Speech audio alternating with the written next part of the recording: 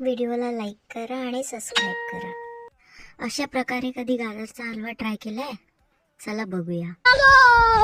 गाजर छानपैकी धुवून याला मी किसून घेते. तुम्ही बघू शकता इथे छान मी किसून घेतले आहे. इथे काही ड्रायफ्रुट्स घेतले आहेत. मी 1 चम्मच तूप घेतला आहे आणि त्याला कमी आचेवर किशमिशला छानपैकी रोस्ट करून घेते आहे. तुम्ही बघू शकता रोस्ट केलेलं थोडं छान वाटतं. हमारे यहाँ ऐसा ही होता है. घेते ऑप्शनल आहे, तुम्ही करू शकता. आणि मी काजू आणि बदाम सुद्धा इथे छानपैकी रोस्ट केला आहे. आता आपण याच्यामध्ये गाजर किसलेलं टाकूया.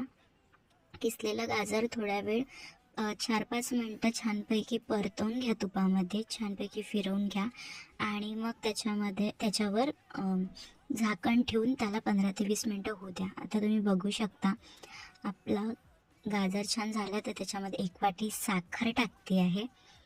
साखर छानपैकी परतवून घेऊया.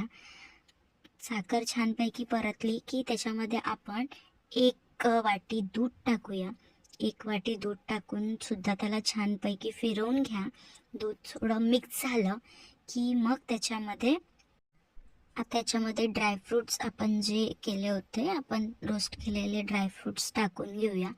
छानपैकी तुम्ही बघू शकता मी इथे ड्रायफ्रूट्स टाकले आहेत.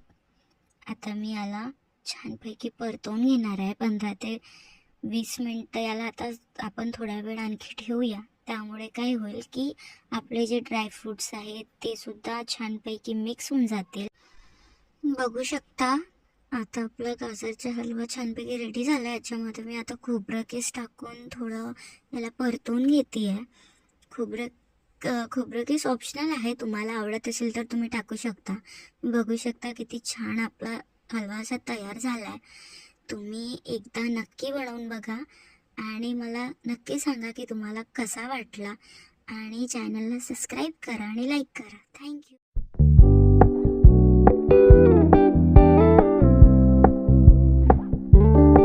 We're gonna keep it low key, keep it softly spoken.